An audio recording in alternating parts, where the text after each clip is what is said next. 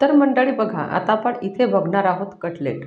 तर अतिशय सुंदर हे असे कटलेट आपले बनून झालेले आहे आणि तुम्ही मुलांच्या टिफिनसाठी सुद्धा हे कटलेट बनवून देऊ शकतात आणि अगदी 5 ते 10 मिनिटात बनणारे हे कटलेट आहे आणि हेल्दी आहे. अजिबात यात मैद्याचा वगैरे उपयोग मी केलेला नाही आहे.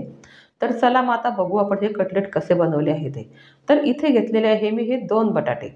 तर बघा या 2 बटाट्यांपासून आपण हे कटलेट इथे बनवणार आहोत. आणि मी हे बटाटे आधी बॉईल करून ठेवलेले होते आणि आता आपल्याला हे बटाटे किसून घ्यायचे आहे. तर बघा आपण जर हे असे फोडी करून टाकले तर हे बटाटे प्लेन होत नाही, म्हणून आपल्याला हे बटाटे इथे किसून घ्यायचे आहे.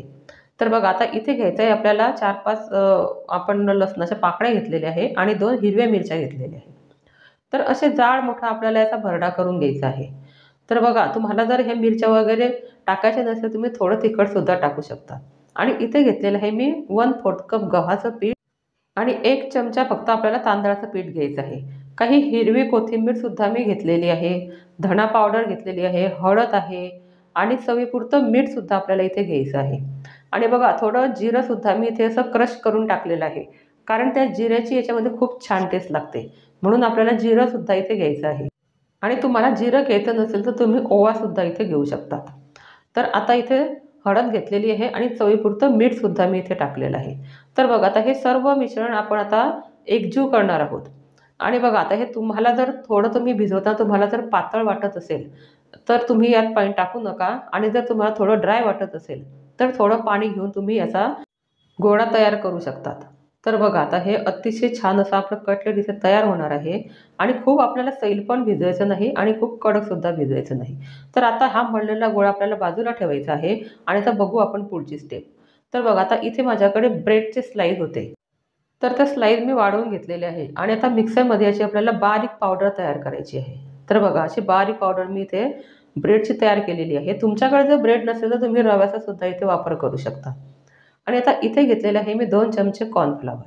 तर आपल्याला याची अशी थोडी पेस्ट तयार करायची आहे. एकदम पातळ पण नको आणि एकदम घट्ट पण नको. तर बघा अशी पेस्ट आपल्याला इथे पाहिजे आहे. आणि आता आपला हा गोळासुद्धा छान असा मुरलेला आहे. तर आता बघा मी असे याचे गोल कटलेट बनवले आहे. तुम्हाला जर गोल कटलेट बनवायचे नसेल तर तुम्ही राऊंडमध्ये सुद्धा बनवू शकतात. तुमच्या आवडीप्रमाणे तुम्ही कटलेट इथे तयार करू शकतात. तर बघा आता आपले हे कटलेट बनवून तयार झालेले आहे आणि आता इथे घेतलेलं आहे मी पॅन. तर पॅनमध्ये आपल्याला थोडं तेल टाकायचं आहे, कारण आपण हे कटलेट शॅलो फ्राय करणार आहोत. आणि आता आपण जी पेस्ट बनवली होती कॉर्नफ्लॉवरची त्यात डीप करून आपल्याला जो ब्रेडचा आपण भुगा केलेला होता बघा, तर असा हा मिक्सरमध्ये बारीक भुगा करून घेतला, त्यात आपल्याला ते घोडून घ्यायचं आहे आणि मग आपल्याला हे तेलामध्ये असे शॅलो फ्राय करायचे आहे. तर पूर्ण कटलेट आपल्याला असे शॅलो फ्राय करून घ्यायचे आहे. तर 5 कटलेट या 2 बटाट्यांमध्ये आपले इथे तयार झालेले आहे. तर बघा मी मोठे बनवले आहे. तुम्ही जर छोटे बनवले तर तुमचे जास्त कटलेटसुद्धा इथे तयार होऊ शकतात. आणि आता आपल्याला वरून थोडं तेल टाकून आपल्याला हे शॅलो फ्राय करून घ्यायचे आहे. तर बघा आता तेलात जर तळले तर हे अतिशय ऑइल होतात.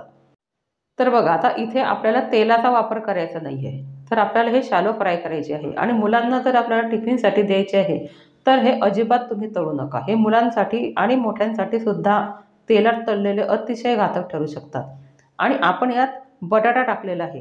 तर बटाटा हा जास्त तेल ॲब्सॉर्ब करून घेतो, म्हणून बटाट्याचे पदार्थ केव्हाही हे शॅलो फ्रायच करावे, त्यांना तेलात तळू नये.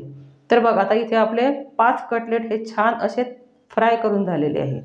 तर पहा आणि आता तुम्ही हे टोमॅटो सॉसबरोबर किंवा चटणीबरोबर सुद्धा खाऊ शकतात. तर बघा आता माझी व्हिडिओ तुम्हाला कशी वाटली मला कॉमेंट्समध्ये नक्की सांगा.